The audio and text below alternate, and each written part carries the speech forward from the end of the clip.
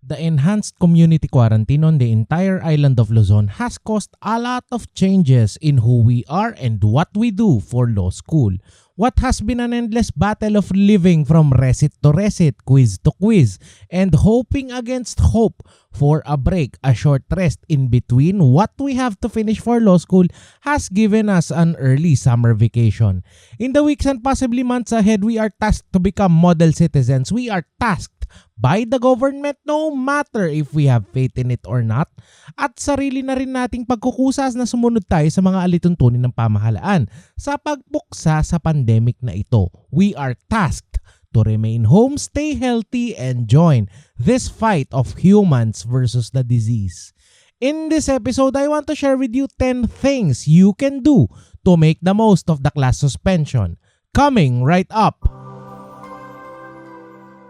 Hi, my name is Lex and welcome to Lex in Motion. In this channel, I'll be helping you build your competence, confidence, and capability in law school. Start today by hitting the subscribe button below. New episodes are posted every Friday. We are living in unprecedented times and worry and anxiety are pretty much normal reactions to what is happening right now. Dagdag mo pa dito ang magulong mga announcement mula sa ating mga bidel, mula sa mga law student governments at mga samot-saring chat groups na ating kinabibilangan. May mga nagsasabing tuloy lang ang pasok at gagawin ito online. Saludo ako sa mga professor na pagtuturo talaga ang calling at gagawin ang lahat para lang makapagklase. Naroon magsistream sila sa Facebook Live. Meron ding mga nag-sign up na sa Zoom.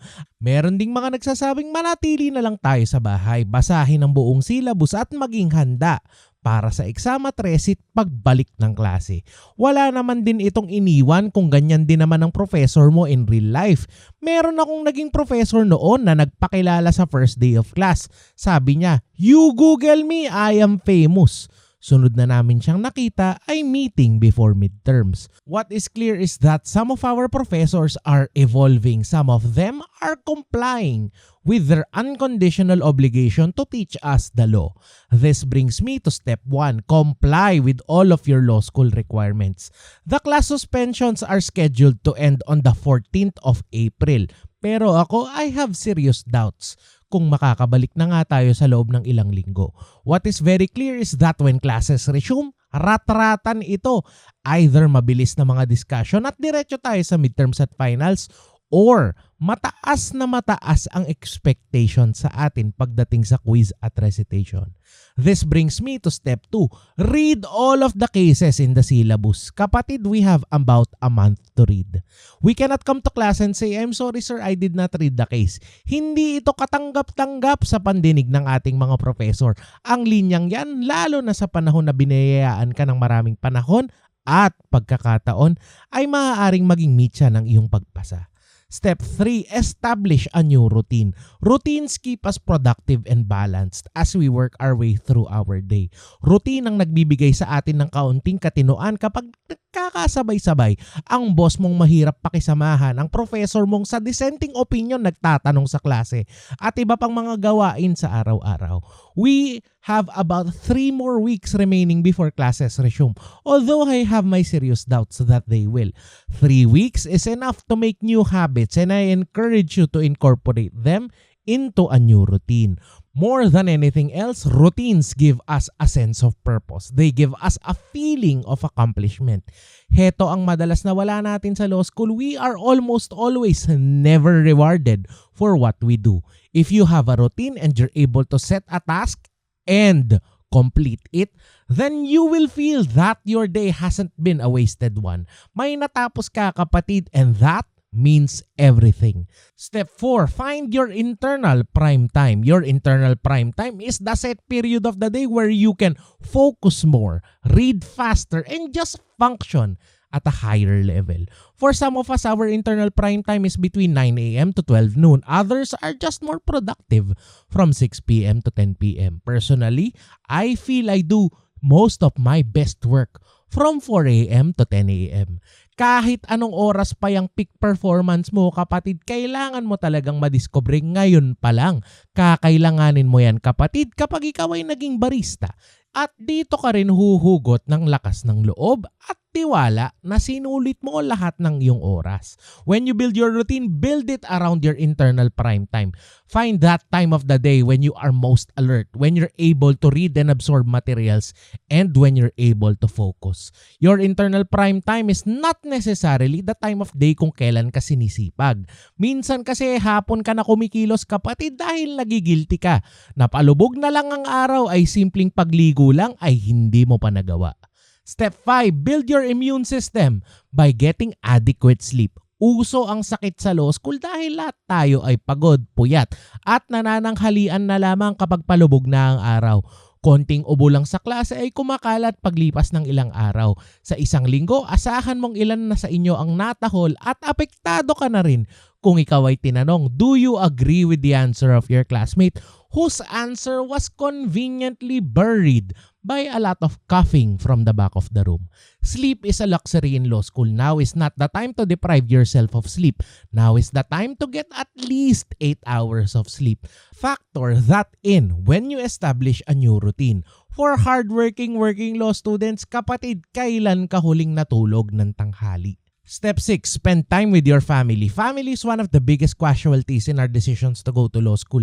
Madalas sila ang ating unang nakakaligtaan sa ating pagbabasa. Madalas ay nag-aalmusal sila sa mga panahong tayo ay patulog pa lang. Ang oras ng ating hapunan sa ating pag-uwi mula sa klase ay sila naman ay nakapikit na. Minsan tayo pa ang naiinis sa tuwing yayayain tayo nakakain na. When you build your routine, be sure to factor in meal times with your family. It's a chance to catch up with them. This will assuage any feelings of guilt that you now have, especially when you don't do well in law school. For the times you need motivation, you can always go back and remember the time you spend with them. Do it because they have so much love and faith in you. They believe in you so blindly na inayayabang ka na ng nanay mo na abogada ka na. Kayong persons pa lang ay hirap mo nang maitaguyod.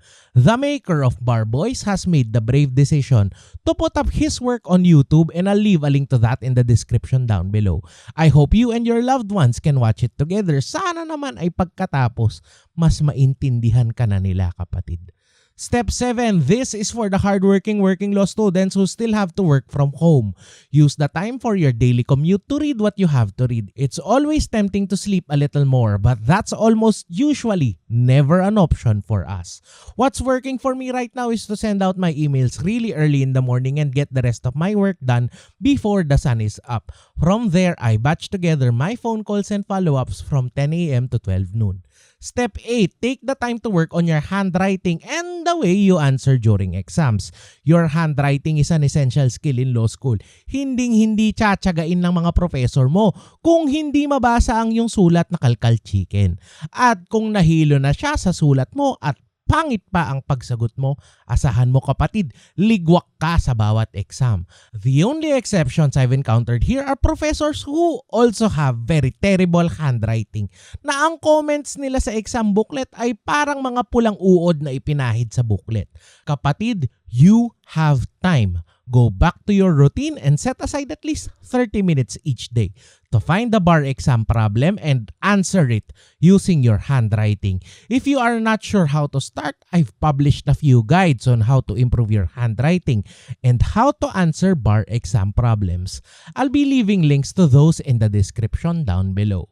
Step 9. This is for the graduates and the grad waiting. Justice Leonen has made it abundantly clear for law students not to ask for postponements.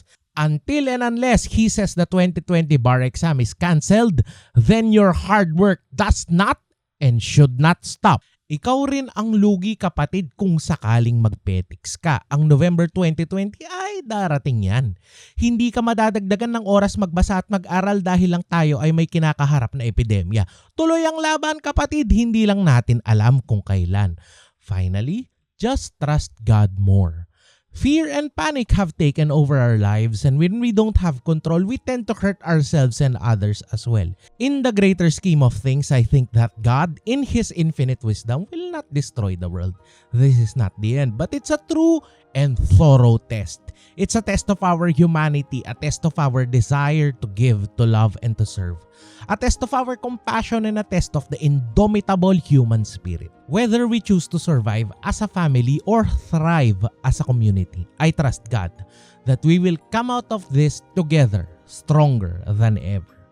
With that in mind, I invite you now to just close your eyes, put your hands over your chest, and say these words after me. Father, we come to you now in the spirit of humble prayer.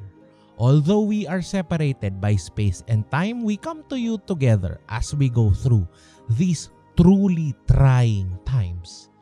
Together, we pray for all those who have died because of this disease.